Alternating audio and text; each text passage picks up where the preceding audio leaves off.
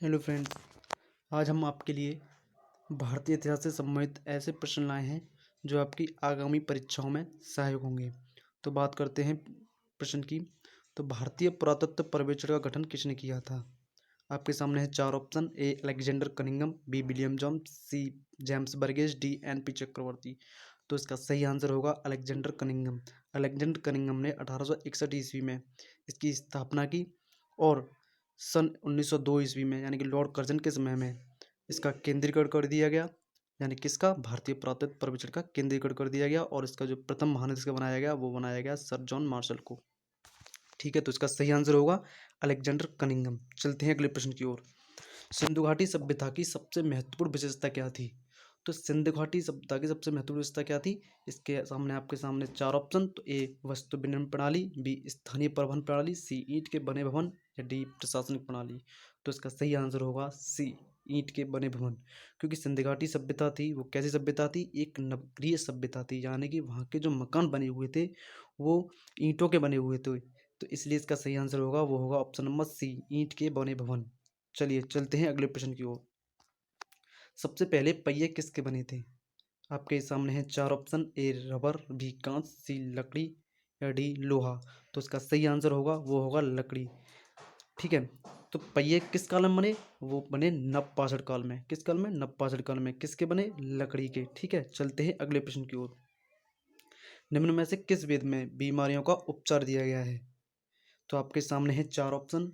ए Atharva, B साम, सी Rig, D Yajur.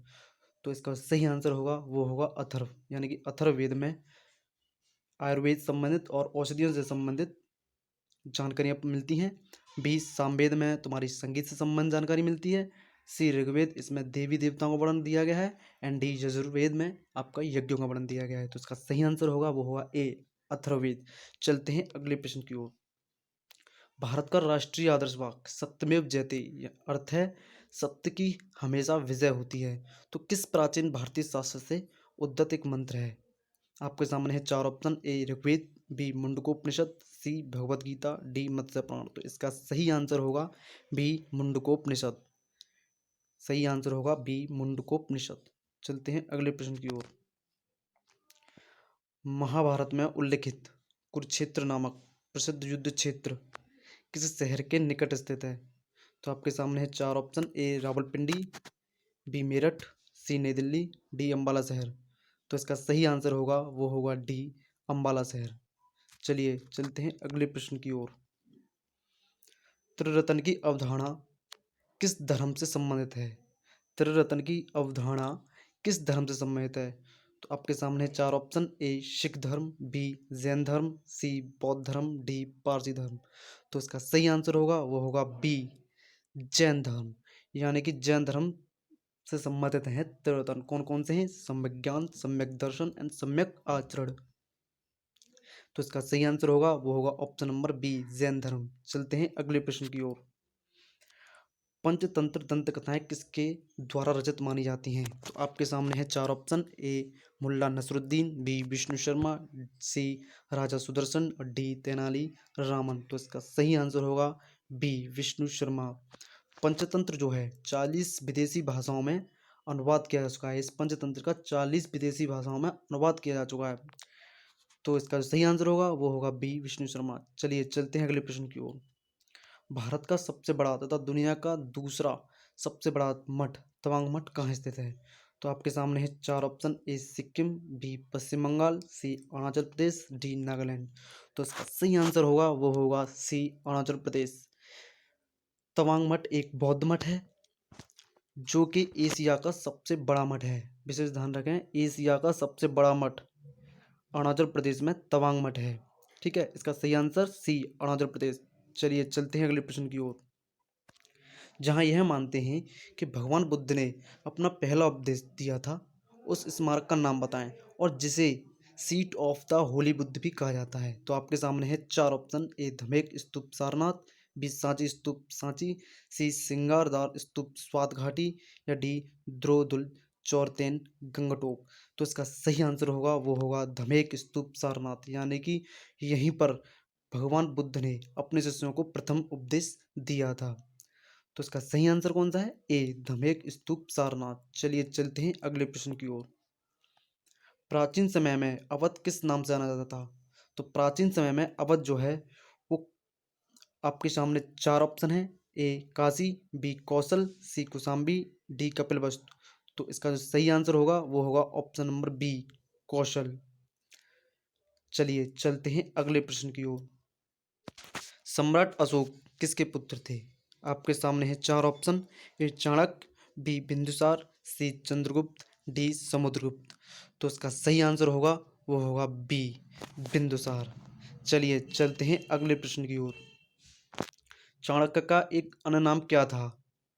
आपके सामने है चार ऑप्शन। ए देववर्मन, बी विष्णुगुप्त, सी रामगुप्त, डी ब्रजेश्वर। तो इसका सही आंसर होगा वो होगा बी, विष्णुगुप्त। चलिए चलते हैं अगले प्रश्न की ओर। किस राजा की कहानी मुद्रा राक्षस नाटक का विषय है? तो आपके सामने है चार ऑप्शन। ए जयचंद, बी चंद्रगुप्त सेकंड, सी चंद्रपीड या डी चंद्रगुप्त मौर्य। तो इसका सही आंसर होगा डी, चंद्रगुप्त मौर्य। तो मुद्रा राजा नाटक का विषय कौन कौन से राजा संबंधित है? चंद्रगुप्त मौर्य। मुद्रा राक्षस नाटक के जो लेखक हैं वो हैं विशाख दत्त। कौन है? विशाख दत्त। तो इसका सही आंसर होगा option number D, Chandragupta Maurya. चलिए चलते हैं अगले प्रश्न की ओर।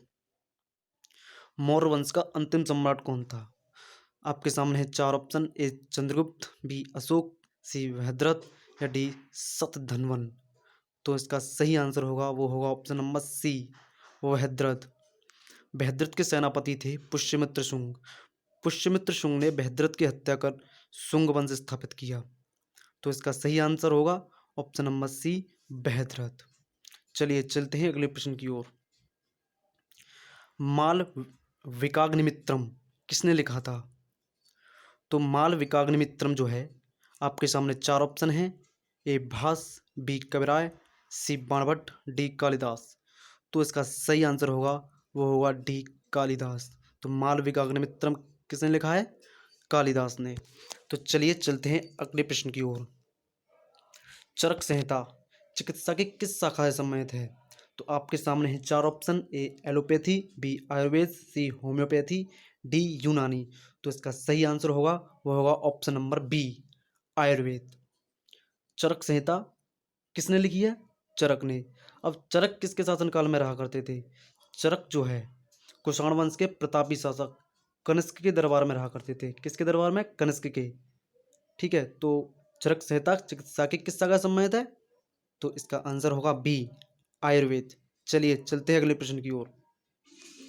निम्नलिखित में से कौन सी गुफाओं की खुदाई राजा खारवेल द्वारा की गई थी? तो आपके सामने चार ऑप्शन। ए अजंता की गुफाएं, बी एलोरा की गुफाएं, सी कान्हेरी की गुफाएं या डी खंडगिरी की गुफाएं।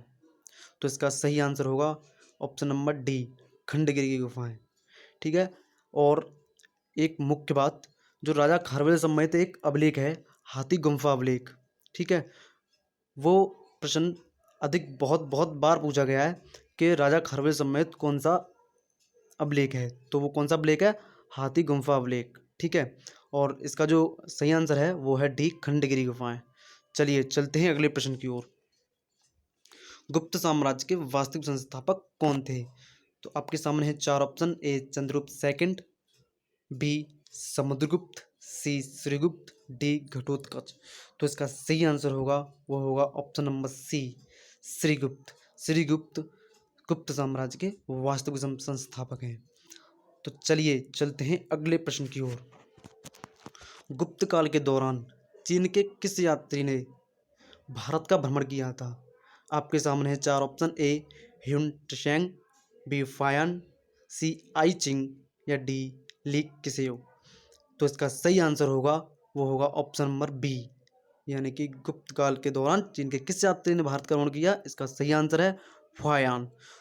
ठीक है, और ये किसके शासनकाल में आए? चंद्रगुप्त सेकंड। चंद्रगुप्त सेकंड के शासनकाल में इसने भारत की यात्रा की। किसने? फायान ने। चलिए चलते हैं अगले प्रश्न की ओर।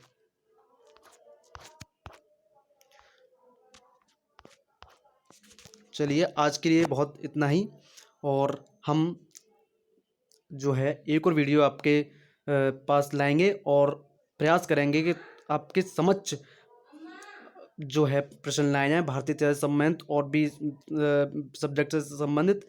तो प्लीज़ चैनल को सब्सक्राइब करें, लाइक करें और अपने दोस्तों के साथ इस वीडियो को शेयर करें ताकि उनके पास भी इन प्रश्नों का संग्रह पहुंच सके। तो जय हिंद, जय भारत।